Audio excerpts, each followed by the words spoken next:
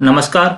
आइए जानते हैं देश भर की खबरें। कोरोना वायरस के खिलाफ लड़ाई के लिए सभी राज्य सरकारों को केंद्रीय गृह मंत्रालय ने नए दिशा निर्देश जारी किए हैं, जिसमें कहा गया है कि सभी तरह के परिवहन सेवाओं पर फिलहाल रोक जारी रहेगी। राज्यों की सीमाएं सील ही रहेंगी। हालांकि आवश्यक सेवाओं के लिए लोगों को बाहर जाने की इजाजत होगी। कृषि से जुड़े कामों में छूट दी गई है। दिशा निर्देशों के अनुसार लोग बस, मेट्रो, हवाई ट्रेन के सफर नहीं कर पाएंगे। स्कूल, कॉलेज, कोचिंग सेंटर सभी बंद रहेंगे। बाहर निकलते समय मुंह को मास्क से ढकना अनिवार्य होगा। सार्वजनिक स्थानों पर थूकने वालों को जुर्माना देना होगा। Cinema hall, mall, shopping complex, gym, खेल परिसर, स्विमिंग पूल, बार 3 मई तक बंद रहेंगे। लोगों को अंतर्राज्यीय अंतरजिला आवाजाही पर रोक रहेगी। वित्त मंत्री सीतारमण ने पिछले महीने 20.5 करोड़ महिला जनता धारकों के खाते में अलग अलग 3 महीने तक 500 रुपए मासिक भेजने की घोषणा की थी। देश भर में लागू लॉकडाउन के दौरान लोगों को हो रही परेशानियों को देखते हुए उन्होंने इस सहायता राशि को महिला जनता खाता धारकों के खाते में सीधे भेजने की घोषणा की थी। निजामुद्दीन स्थित तबलीग जमात के मरकज से गायब हुए कंप्यूटरों का अब तक कोई सुराग नहीं लगा है।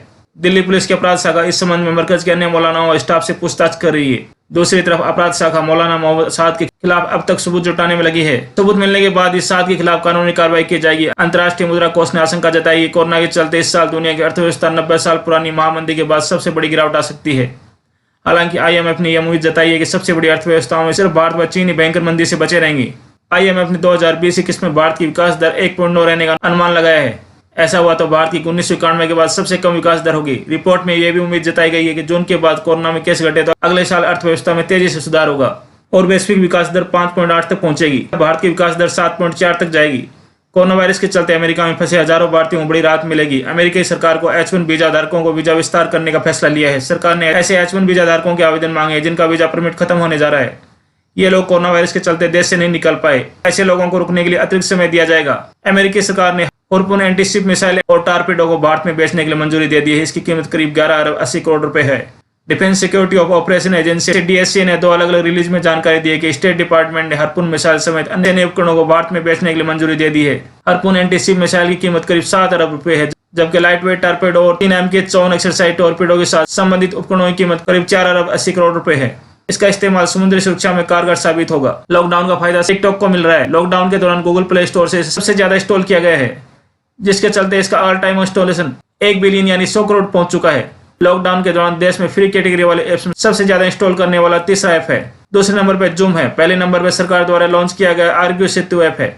चीन में कोरोना वायरस के दूसरे अटैक का खतरा सता रहा है। अब यहाँ रूस के साथ सटे उत्तरी प्रांत हेलोंगजियांग में संक्रमण के नए मामले सामने आ रहे हैं। ज्यादातर संक्रमित ऐसे चीनी नागरिक जो दूसरे देशों से आए हैं। के सुईफेनेस शहर में लॉकडाउन जैसे हालात हो गए हैं। हाल ही में 8 अप्रैल को वायरस का एपिसेंटर रह चुके वुहान में लॉकडाउन हटाया गया है, लेकिन अब फिर से सुईफेनेस शहर में प्रतिबंधों को बढ़ना चिंताजनक है। कोरोना संकट के दौरान इमरजेंसी में क्रेडिट कार्ड के पैसों की समस्या को दूर करेगा। इसकी मदद से प्री अप्रूव्ड लोन भी हो सकेंगे।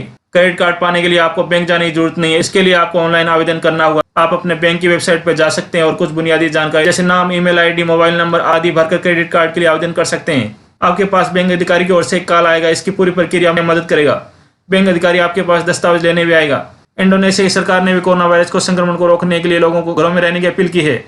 अब सरकार ने इससे निपटने के लिए नया तरीका निकाला है। पुलिस और कुछ युवाओं को भूत का रूप दे दिया गया है। ये गाँव में घूमते हैं और इनको देखकर लोग घरों में रहते हैं। अंधविश्वास ही सही, लेकिन तरकीब कामयाब होती नजर आ रही है।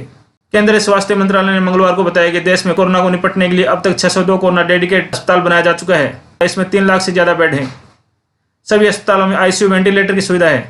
देश में चिकित्सा सुविधाओं को काफी तेजी से बढ़ाया जा रहा है। कोरोना वायरस की वजह से लॉकडाउन बढ़ाए जाने के बाद दूसरे राज्यों में फंसे मध्य प्रदेश के मजदूरों के खाते में राज्य सरकार ने 1000 रुपए भेजने का फैसला किया है। इसकी जानकारी खुद मुख्यमंत्री शिवराज सिंह चौहान ने दी। उन्होंने कहा कि मध्य प्रदेश में कई मजदूर बाहर के राज्यों में फंसे हुए हैं। हमने दूसरे राज्यों के मुख्यमंत्रियों से बात कर उनके लिए रहने और भोजन की व्यवस्था करने के लिए कहा है। हम उनकी आवश्यकताओं पूरी करने के लिए उनके खाते में 1000 रुपए डालेंगे, जहां वहां से पैसा निकाल पाएंगे। उत्तर भारत में चढ़ते पारे के साथ कई राज्यों में धूल भरी आंधियों का असर देखने को मिल सकता है। केंद्रीय पर्यावरण मंत्रालय ने अगले 3 दिन तक मौसम का मिजाज तीखा रहने की संभावना जताई है।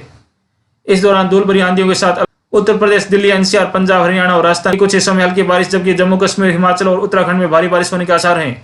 धन्यवाद।